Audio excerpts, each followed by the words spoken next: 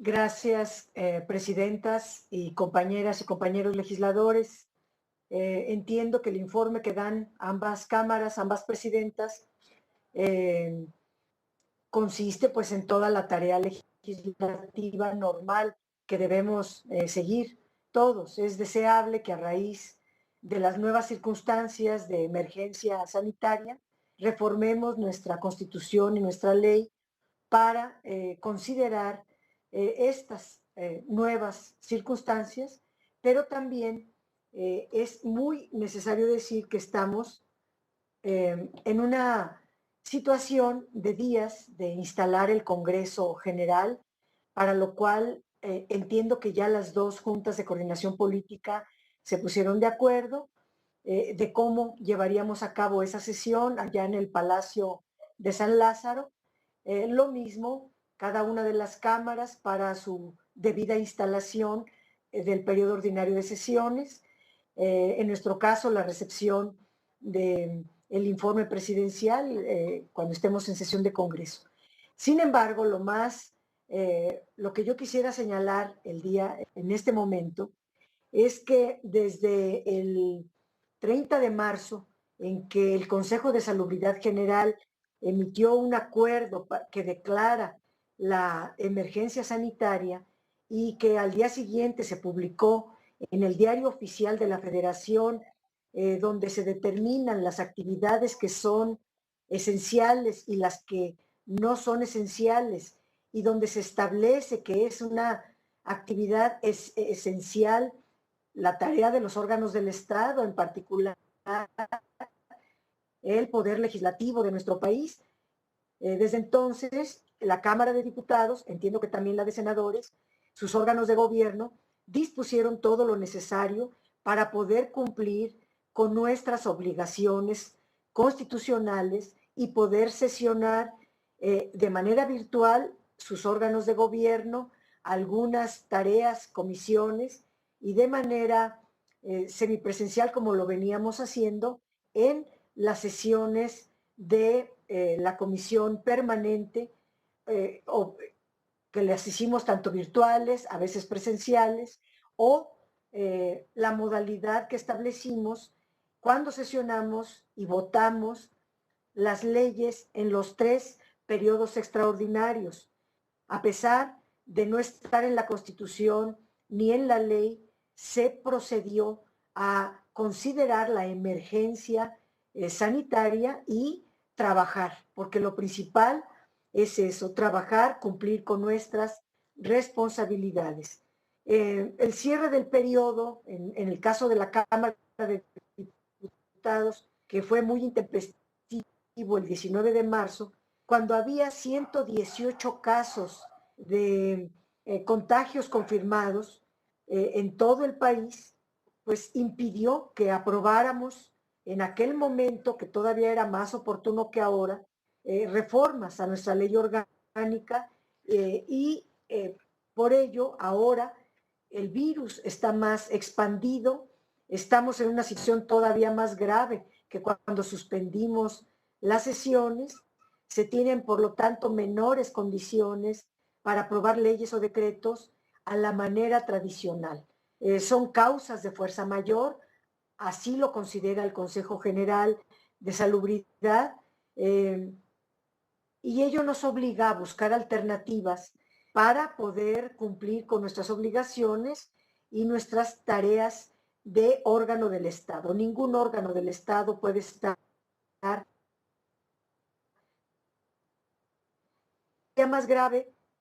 hasta contraproducente, diría yo, no comprender la gravedad de los acontecimientos y ceñirnos al método tradicional, o iniciar un proceso de reforma constitucional que implica al poder constituyente, que lleva tiempo, que implica reuniones de ida y venida, tráfico de personas, vuelos, camiones, muchas cosas que no están permitidas para la época de emergencia. Entonces, el método tradicional nos parece que no es conveniente ni posible aplicarlo para no poner en riesgo la salud de las y los legisladores y de todo el personal que trabaja con nosotros en el Poder Legislativo, o sería impensable no sesionar o faltar a nuestras responsabilidades. Entonces, la propuesta que se tiene es aprobar un reglamento donde, o sea, se reforme nuestro reglamento, donde se considere la causa de fuerza mayor, decretada así por el Consejo de Salubridad General, que es la autoridad constitucional para decretarlo, para que podamos trabajar. Una vez que pase la emergencia, entonces revisar a fondo todas las iniciativas, tanto de ley como de reforma a la Constitución eh,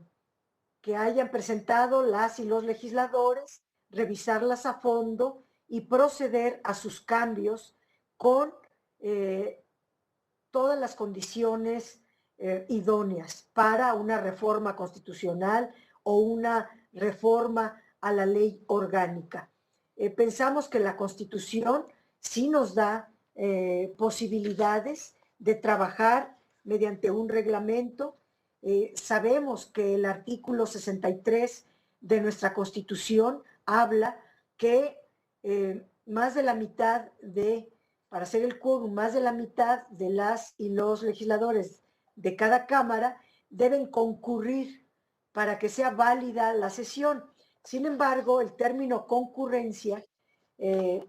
cuando se escribieron estas leyes,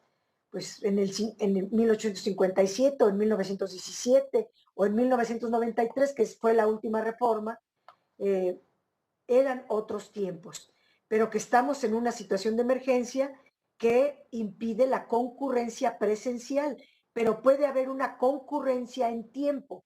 y que la concurrencia en tiempo que se puede garantizar mediante, ¿cómo se dice? Mediante una aplicación donde se constate con las características físicas de las y los legisladores, que son los que están presentes vía remota o presentes vía física en el Congreso, en la Cámara, en las cámaras, pueda revisarse el quórum, por un lado. Presencialmente sí tiene que haber 251, pero para votar se puede hacer la revisión física de las características físicas de las y los legisladores que están votando para reconocer ese voto vía, es decir, viendo las y los legisladores en tiempo, estaríamos todos juntos al mismo tiempo, y de esta manera pudiéramos cumplir con la Constitución. Debe hacerse una interpretación evolutiva de este término de la concurrencia para cumplir con la Constitución. Hay jurisprudencia de la Corte que lo permite. La propia Suprema Corte de Justicia de la Nación está sesionando sin su ley orgánica exprese tal cual la que es forma presencial, lo están haciendo de manera virtual, aunque la forma virtual no existía cuando se hizo la ley orgánica de la Suprema Corte. Algunos órganos autónomos del Estado están sesionando también de manera virtual sin que sus leyes orgánicas lo establezcan, porque lo principal es cumplir con la responsabilidad, sin, en nuestro caso como Poder Legislativo, faltar a la Constitución en dos puntos muy finos: el tema de la concurrencia, en el tema del quórum y en el tema de ser fidedignos de quién vota. Aprobemos, o sea, es nuestra propuesta de que sesionemos primero con base en un reglamento que se apruebe de consenso, y cuando pase la emergencia proceder a lo que las presidentas y el doctor Garita están comentando. Gracias. Gracias.